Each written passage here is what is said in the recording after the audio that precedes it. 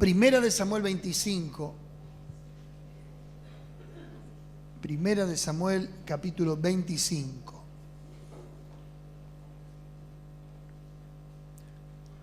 No sin antes de introducirme a la lectura, quiero hacer una recapitulación de lo que prediqué el domingo, ya que vengo con una serie de mensajes que se llama ¿Nadie pensó en la casa? Dígale al que está al lado, mírelo y dígale, ¿nadie pensó en la casa? Y para los que no estuvieron el miércoles pueden ir a nuestro canal de YouTube, donde está el último mensaje.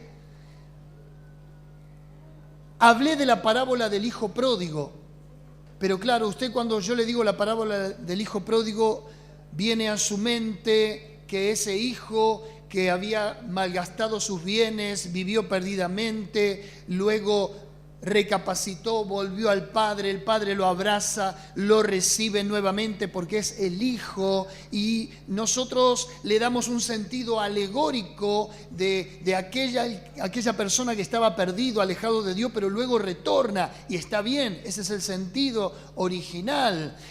Dicen los exégetas, los teólogos, que el hijo menor somos nosotros los gentiles, el hijo mayor es el pueblo judío, el padre representa la figura de Dios, el becerro gordo es la figura de Cristo, que es matado para hacer fiesta y para reivindicar la vida de aquel hijo que volvió. Está todo bien. Yo le dije a los hermanos el miércoles, palabras más, palabras menos, que yo podría haberme concentrado en predicar del hijo que volvió a la casa. Podría haberme concentrado en el Padre, su acto de misericordia y de gracia con que recibió nuevamente a su Hijo. Podría haberme enfocado en el hermano mayor, aquella persona que molesto por la situación, manifestó su disconformidad. ¿Cómo puede ser? Gastó todos tus bienes y ahora lo recibís como si nada. Podría haber hablado del becerro gordo, podría haber hablado de la herencia que se perdió, pero más importante es un hijo. Sin embargo, hablé de la casa. Diga conmigo, la casa.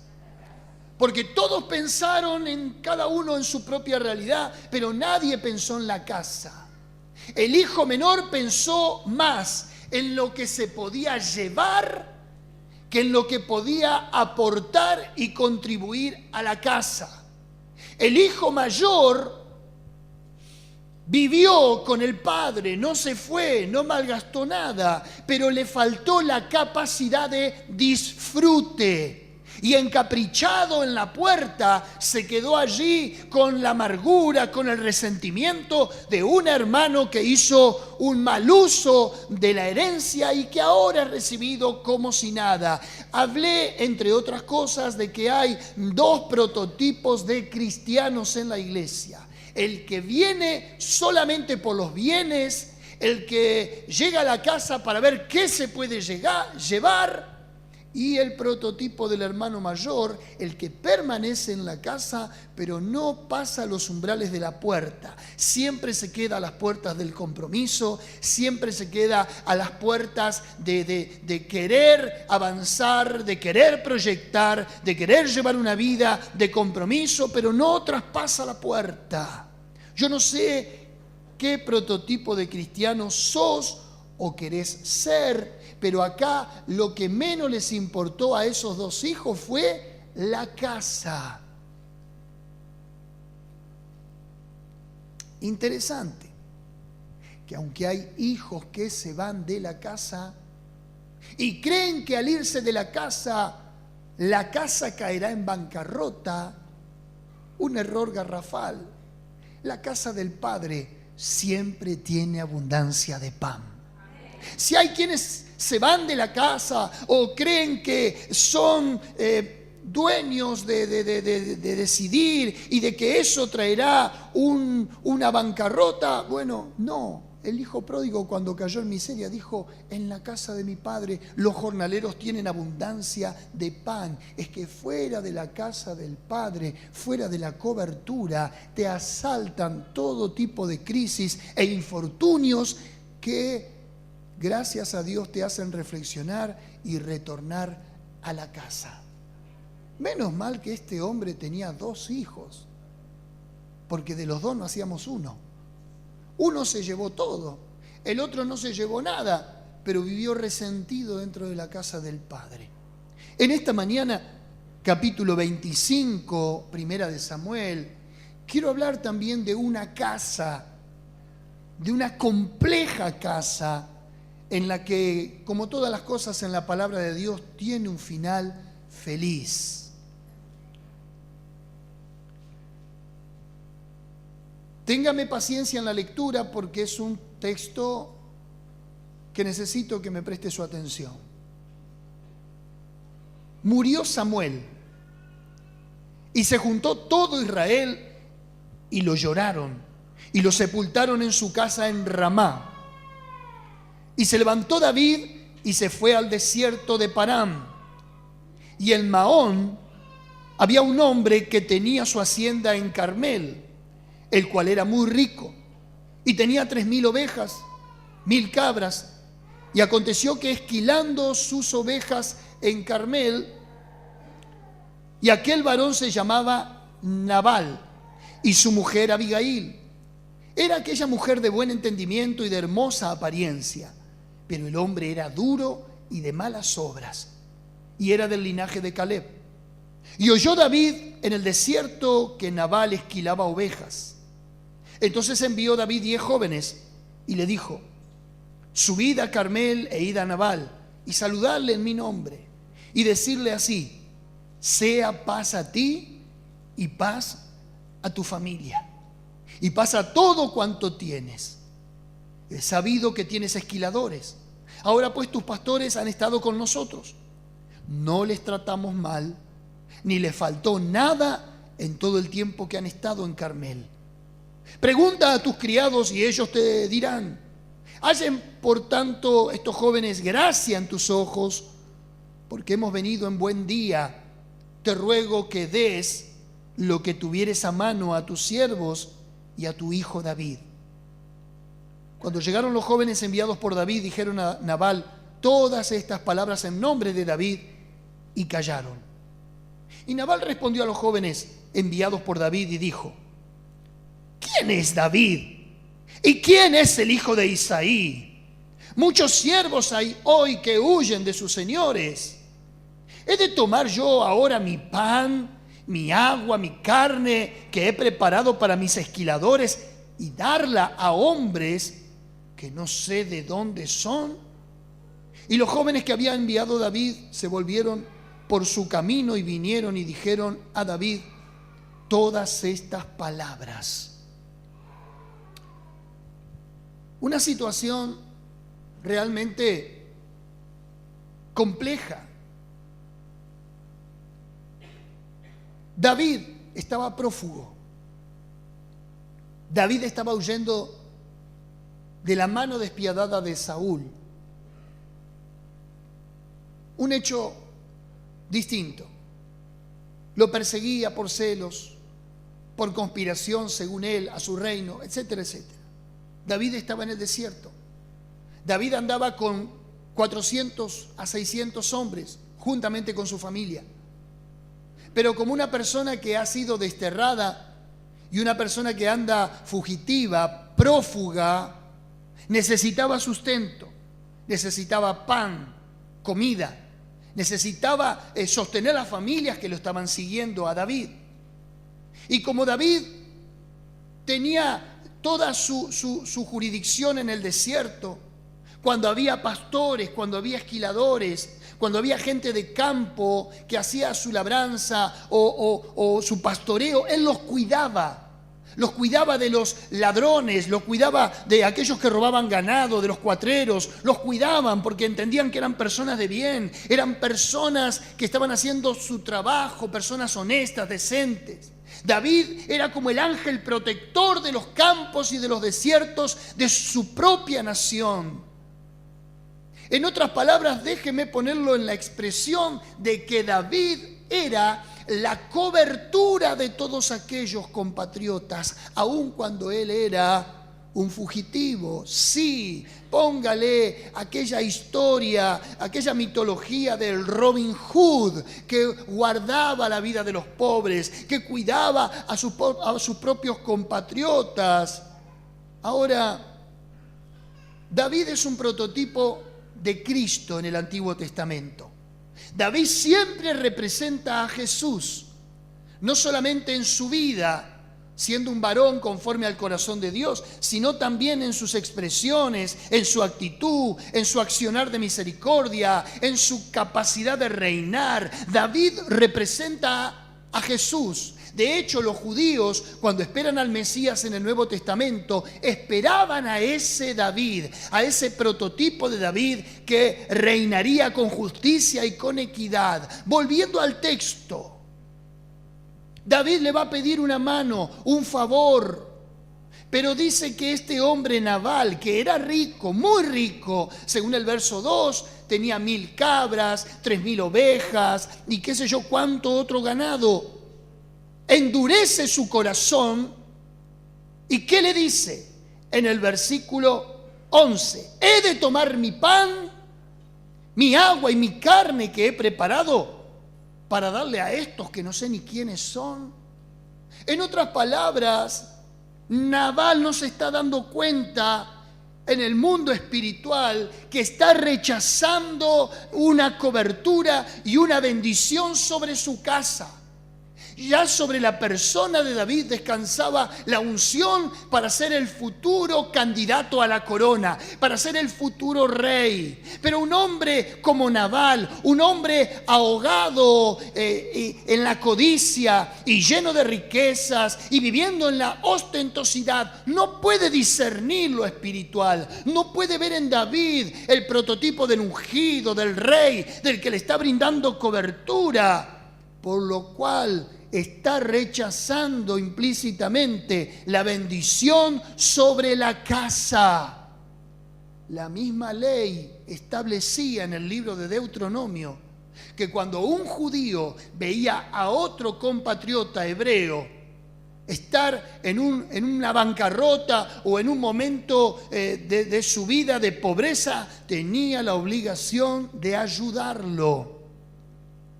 La segunda letra del alfabeto hebreo dice que es, en un significado, aparte de ser el número 2 y aparte de ser la letra V para nuestro abecedario, dice que esa letra representa un hombre rico corriendo detrás de un hombre pobre para hacerle misericordia. Estos eran los principios que se tenían de acuerdo a la ley. ¿Qué debió haber hecho Nabal? Ayudar a David, ayudar a sus hombres, darle sustento. Era una obligación moral. Pero este hombre lo rechaza. ¿Y qué pasa cuando se rechaza una cobertura, una bendición? O mejor dicho, ¿qué se espera de una cobertura? Una cobertura es gracia. Alguien lo hace de buen corazón, de buena moral, de buena ética. La cobertura es gracia, pero la cobertura espera reciprocidad, espera devolución. Ahora, en el mismo versículo 15 y 16, uno de los criados dice de este hombre Nabal: aquellos hombres, refiriéndose a David y a su ejército, han sido muy buenos con nosotros y nunca nos trataron mal, ni nos faltó nada en todo el tiempo que anduvimos con ellos. Cuando estábamos en el campo, muro fueron para nosotros de día y de noche, todos los días que hemos estado con ellos apacentando las ovejas. El mismo criado de este hombre rico reconoce en David y su ejército que eran, ¿qué cosa? Un muro, una cobertura, una protección. Ahora David, cuando ve este rechazo de parte de Nabal, verso 13, entonces David dijo a sus hombres: cíñase cada uno su espada. Y se ciñó cada uno su espada, y también David se ciñó su espada. Y subieron tras David como 400 hombres y dejaron 200 en el bagaje. Juicio inminente. David dijo, ¿no me van a dar nada después de todo lo que yo hice? ¿No va a haber una devolución y una reciprocidad a mi integridad, que les brindé cobertura, que les brindé bendición, que los defendí para que nadie le tocara el ganado, y ahora que voy a hacer uso del ganado, se me niega? David era un hombre determinado, de carácter. Se ciñó cada uno su espada. Verso 17. Uno de los criados de Nabal va a la casa y dice, ahora pues, le dice a la esposa de Nabal, reflexiona y ve lo que has de hacer, porque el mal está resuelto contra nuestro amo y contra toda su casa, pues él es un hombre tan perverso que no hay quien pueda hablarle. Este criado es brillante, porque el criado se adelantó y fue a decir, viene David con su ejército, el juicio está decretado, no va a quedar nadie en la casa. Apela a que haya alguien que reflexione, que piense, porque él está pensando en la casa. Él está pensando en todo lo que representa el ganado, los criados, las mujeres, los niños. Él no está pensando tan solo en su amo egoísta, sino que está pensando en el resto. Y déjeme decirle y ponerlo en estos términos, hermanos queridos, pero tiene que haber alguien sensato en las familias. Tiene que haber alguien con capacidad reflexiva de saber que Dios es el que nos cuida, que Dios es el que nos guarda, que Dios es el muro alrededor nuestro, que nuestro Señor Jesucristo ha venido, en este caso, bajo la figura de David, a protegernos, a cuidarnos, a brindarnos seguridad. Pero cuando no hay una devolución y una reciprocidad de parte nuestra hacia Dios, lo que hay es un juicio inminente. Pastor, ¿no está usted hablando fuera del aspecto de la gracia? No. Jesucristo dijo, cuando ustedes vayan a una aldea y prediquen y hablen y digan paz a esta casa, y en la casa fueren rechazados, sáquense el calzado, limpien el polvo y digan, esto cae sobre sus propias cabezas. La responsabilidad ahora es de ustedes. ¿Me está entendiendo lo que digo? Cuando sos rechazado, no estás siendo rechazado vos, sino que está siendo rechazado el Señor. Ahora, pareciera algo despiadado, pero Jesús está diciendo y lo está trasladando en estos términos. El que no quiere, bueno, listo, la paz llegó a esa casa, pero también como la paz fue rechazada, váyanse a otro, déjenlo, estará víctima del juicio, del fracaso, de la ruina, de la miseria, porque así como David fue benévolo, así también Cristo ha sido benévolo con nosotros. Hermanos queridos, cuando Jesús viene a golpear la puerta de tu casa, cuando Jesús viene a brindarte cobertura, cuando Jesús viene a brindarte protección, bendición, lo mejor que te puede pasar es abrirle la puerta de par en par y darle todo lo que te pida.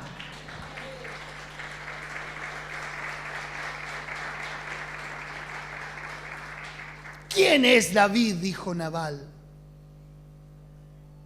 David era la figura de Cristo. Nabal rechazó a los mensajeros que le vinieron a pedir lo que su Señor le había mandado. Como cuando nosotros, los mensajeros del Señor, vamos a un lugar a reclamar lo que al Señor le pertenece. Pero dentro de toda esta historia y dentro de todo este conflicto que surge y un juicio inminente y la cólera de David, en el verso 18 aparece otro personaje que, ya que uno no pensó en la casa ni en las consecuencias que podían venir sobre esa familia y sobre ese hogar, hubo alguien sensato, reflexivo. Verso 18. Entonces Abigail, Abigail tomó luego 200 panes, 2 cueros de vino, 5 ovejas guisadas, 5 medidas de grano tostado, 100 racimos de uvas, pasas y 200 panes de higos secos, y lo cargó en asnos, y dijo a sus criados: id delante de mí, y yo os seguiré luego. Y nada declaró a su marido Nabal. Y montando un asno descendió por una parte secreta del monte, y aquí David y sus hombres venían frente a ella, y ella le salió al encuentro. David había dicho: ciertamente en vano he guardado todo lo que éste tiene en el desierto, sin que nada le haya faltado de todo cuanto es suyo, y él me ha vuelto mal. David venía montado y venía alimentándose y dándose manija y diciendo: sí, vas a ver. Y venía montado sobre la ira, sobre el enojo, sobre la venganza. Verso 22: así haga Dios a los enemigos de David, y aún les añada que de aquí a mañana todo lo que fuere suyo no he de dejar con vida ni un varón. Nadal los echó, no tuvo ningún reparo en quién era David ni nada por el estilo, pero mire lo que estaba pasando detrás de la escena. Verso 23: cuando Abigail vio a David, se bajó prontamente del asno y postrándose sobre su rostro delante de David, se inclinó a tierra y se echó a sus pies y dijo: Señor mío, sobre mí sea el pecado, mas te ruego que permitas que tu sierva hable a tus oídos y escucha las palabras de tu sierva. Aquí se cumple lo que dice Proverbios: la blanda respuesta apacigua la ira. Esta mujer fue de una manera humilde, de una manera sensata, reflexiva. Fíjese cómo venía David con la espada. Y había un principio en Israel: cuando se saca la espada no se vuelve a envainar vacía. Y David viene con la espada en la mano. Pero una mujer hizo que David tuviera que envainar nuevamente la espada. Dice, se echó a sus pies. ¿Y qué hizo? Sea sobre mí el pecado. El pecado había sido de ella. Verso 25: no haga caso ahora, mi señor, de ese hombre perverso, de Nabal, su propio esposo, porque conforme a su nombre así es. Él se llama Nabal y la insensatez está con él. Mas yo, tu sierva, no vi a los jóvenes que tú enviaste. Como diciéndole: si yo los hubiera visto, yo no hubiera tenido el mismo gesto, la misma actitud, la misma mezquindad. Yo hubiera sido recíproca, hubiera tenido una devolución frente a a la generosidad de ustedes. La mujer le dice: yo no vi a esos jóvenes. Ahora, Señor mío, verso 26, vive Jehová y vive tu alma, que Jehová te ha impedido venir a derramar sangre y vengarte por tu propia mano. Sean pues como Nabal tus enemigos y todos los que procuran el mal contra mi Señor. Y ahora este presente, todos los asnos cargados de provisiones, que tu sierva ha traído a mi Señor, sea dado a los hombres que siguen a mi Señor. Y yo te ruego que perdones a tu sierva esta ofensa. La mujer se puso toda la iniquidad de la casa sobre ella misma. Aquí hay un principio que se llama arrepentimiento identificatorio. ¿Cómo es esto? Es algo por lo que vos estás pidiendo perdón, lo cual no hiciste. ¿Es un arrepentimiento identificatorio en qué sentido? ¿La mujer había visto a los jóvenes? No. ¿La mujer había maltratado a los mensajeros? No. ¿La mujer tenía el mismo corazón que su esposo, lleno de mezquindad y avaricia? No. Pero ella en su inocencia se hace cargo de los platos rotos. Ella se hace responsable de esa situación y se pone al hombro la casa, se pone al hombro la responsabilidad, se pone al hombro el juicio, se pone al hombro la cólera y la ira de David. Y hace que David, por un momento, se frene en su cabalgadura. Y todo su ejército que venían con ansias de sangre, se detienen. Y verso 32. Dijo David a Abigail: bendito sea Jehová, Dios de Israel, que te envió para que hoy me encontrases. Y bendito sea tu razonamiento, y bendita tú, que me has estorbado hoy para ir a derramar sangre y vengarme por mi propia mano. Porque vive Jehová, Dios de Israel, que me ha defendido de hacerte mal.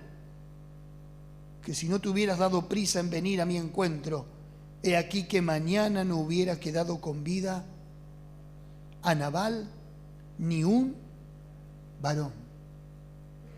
Increíble. Esta mujer hay que aplaudirla. Como a tantas mujeres dentro de la iglesia,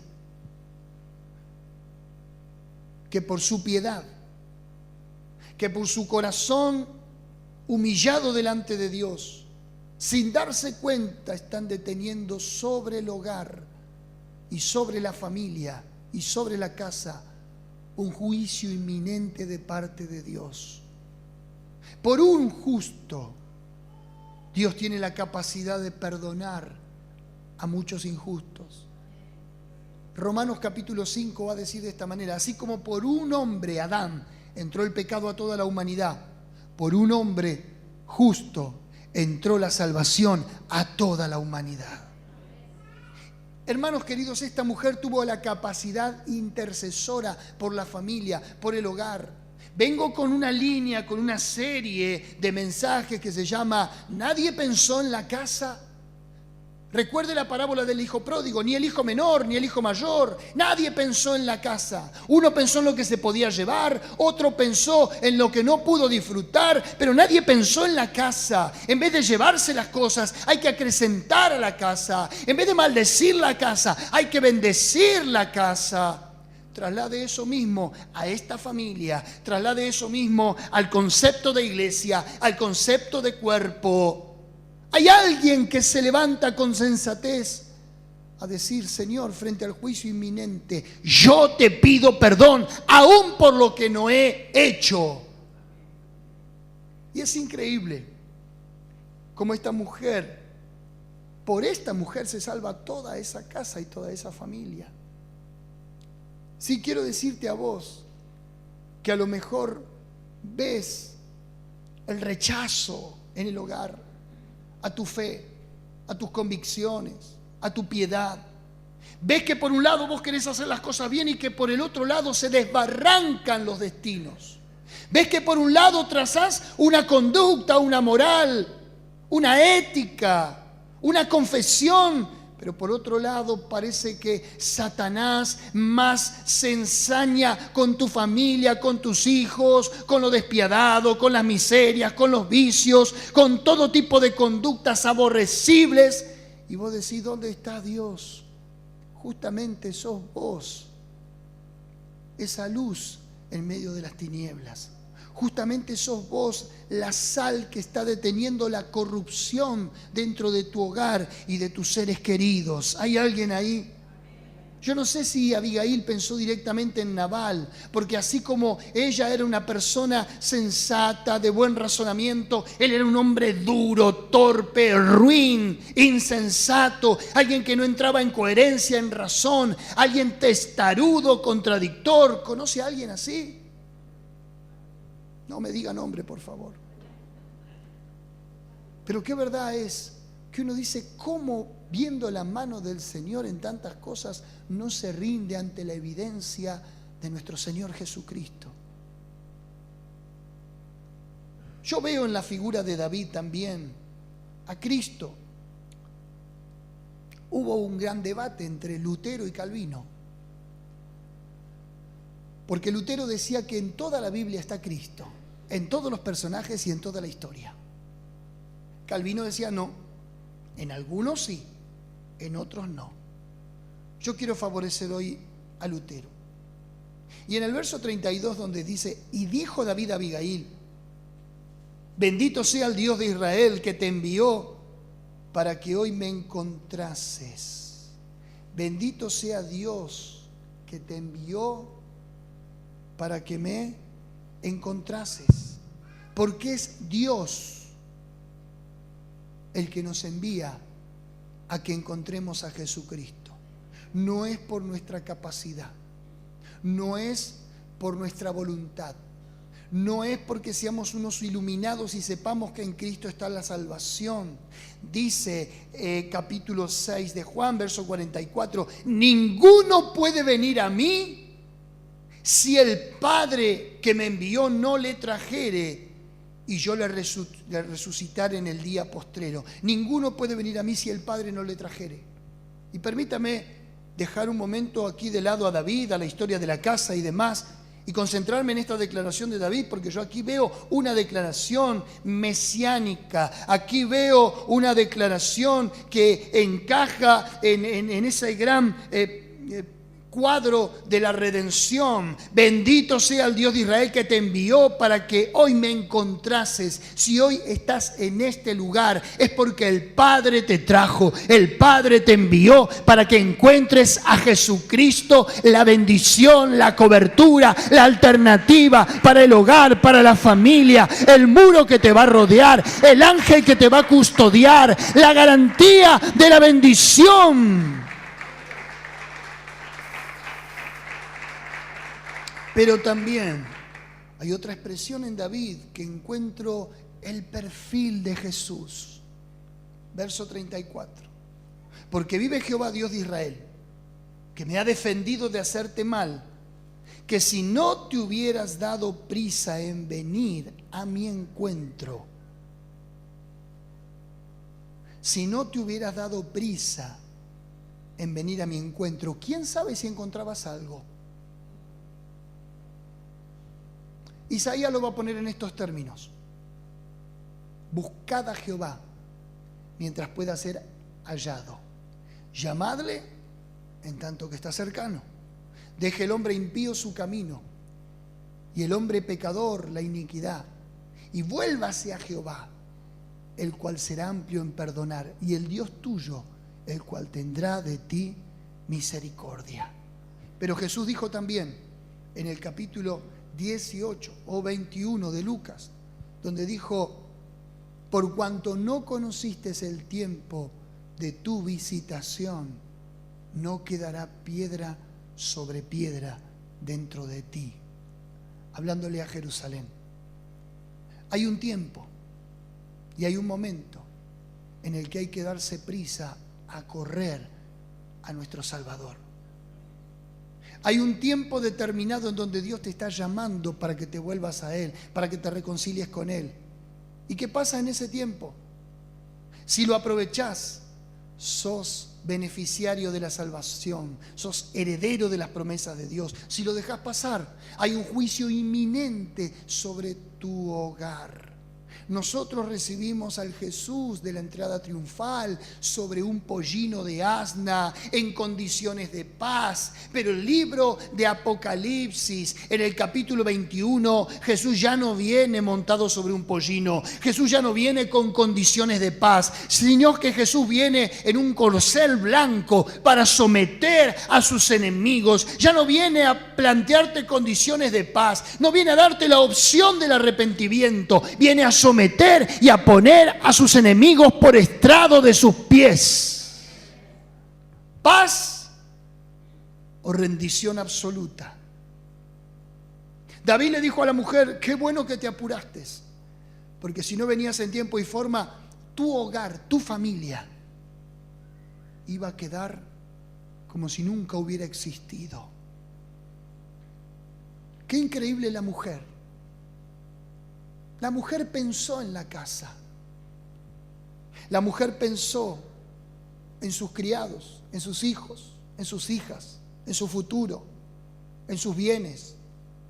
Valoró la cobertura y la protección que David le había ofrecido en el desierto. No tuvo la insensatez de haber recibido el beneficio y ahora una negativa a la hora de la retribución, la lealtad o la gratitud. Quiero decirte, y grabátelo a fuego, que la ingratitud se paga. Tenemos un Dios de gracia, de bondad, de amor. Gracias, Jesús, por eso. La gracia es ese don inmerecido que Él nos otorga. Y aun cuando pecamos, Él nos vuelve a levantar y nos vuelve a otorgar su gracia nuevamente. Su gracia es infinita. Su gracia no espera nada a cambio porque es gracia. Pero la deslealtad, la ingratitud, tiene una consecuencia. Pablo dice, Dios no puede ser burlado. Gálatas capítulo 6. Todo lo que el hombre sembrare, eso también segará. No de parte de Dios, de parte de tu siembra. Si vos no sembrás gratitud, no vas a cosechar. Si vos no sembrás lealtad, no pretendes cosechar honra. Como Nabal rechazó que David fue su cobertura sobre su hogar y sobre todo lo que tenía. Como Nabal no fue tan sensato en pensar, bueno, le doy un par de panes, un par de vinos, un par de corderos, si en definitiva me beneficia que en el desierto él cuide mis ganados. Rechazó la bendición de su casa.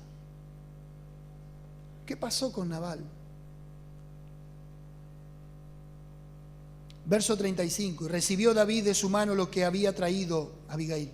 Y le dijo, sube en paz a tu casa. Y mira que he oído tu voz y te he tenido respeto. Y Abigail volvió a Nabal, a su esposo.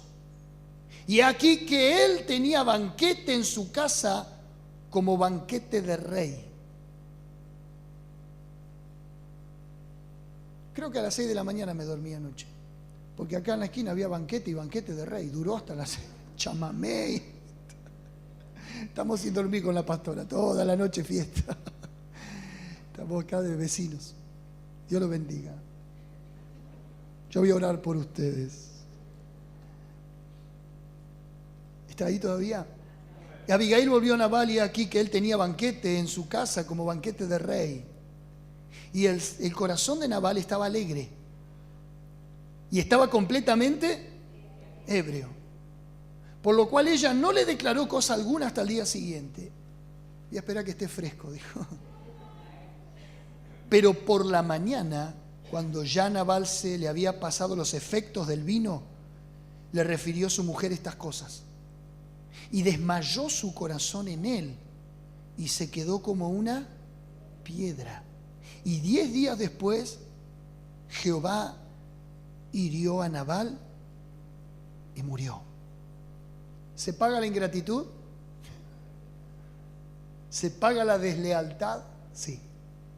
Pero quiero trasladarlo a términos espirituales, porque no estamos bajo la ley hoy para que alguien muera de esta manera, ni venga un juicio sobre esta manera. Pero aquel que rechaza la cobertura de Dios, la bendición de Dios, aquel que no piensa en su casa y no le importa, no se reconcilia con Dios con tal de que sus generaciones sean benditas, se paga con muerte espiritual y se paga con endurecimiento. Que no sé qué es mejor, si la muerte física o vivir endurecido para con Dios. No sé cuál es el tormento peor. John Bunyan, en su viaje del peregrino,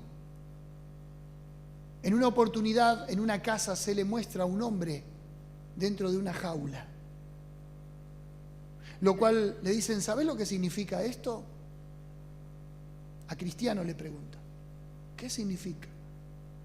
que ese hombre está dentro de esa prisión, palabras más, palabras menos, por haber rechazado la gracia, por haber conocido a Dios y haberse endurecido. Y ahora no tiene arrepentimiento, por lo cual toda su vida, aunque no muera, es una condena en la tierra.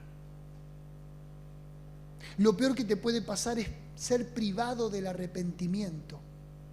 Lo último que te puede pasar es perder el espíritu de gracia, que es el que te convence de pecado, de justicia y de juicio para reconciliarte con Dios. Da gracias al cielo que tu conciencia cada día te grite, te apruebe o te desapruebe un acto, un hecho. Da gracias a Dios que sientas remordimiento cuando pecas o cuando pecaste. Da gracias a Dios que no te deje tranquilo ese mal hábito, esa conducta desmedida, esos deseos impuros. Da gracias a Dios que tu conciencia te reproche eso, porque significa que todavía hay sensibilidad y un acto de gracia de Dios que te llevará al arrepentimiento y al perdón de tus pecados. Pero el día que no sientas ni un cosquilleo por lo malo que haces o pensás, ahí preocupate, porque significa que Dios ya te habría abandonado. No sé si el infierno es tan cruel en la eternidad como vivir este tiempo presente con un silencio de parte de Dios.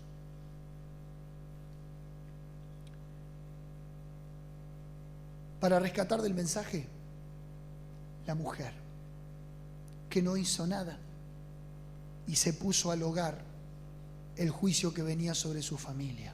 Ánimo, si sos el único, la única, si estás pagando los platos rotos que no te corresponden, pero que te haces cargo igual, pero que la misericordia del cielo estará sobre tu vida. ¿Cuántos dicen amén? Quiero orar en esta mañana por las familias, por los hogares. Si hay gente insensata, bueno, Dios se encargará de ellos. ¿Cuál es tu rol? ¿Cuál es tu papel? Hacete cargo de esos pecados ajenos y pedile a Dios que tenga misericordia de tu familia y de tu hogar. Nuestro Señor Jesucristo todavía está en el camino y lo podemos detener de su cólera. Nuestro Señor Jesucristo viene todavía como Salvador porque el Padre nos ha traído a Él. Y segundo, si no te hubieras dado prisa en venir a mi encuentro, no hubieras encontrado nada. Pensá que Dios te está llamando a que vayas al encuentro de Él para detenerlo en el camino.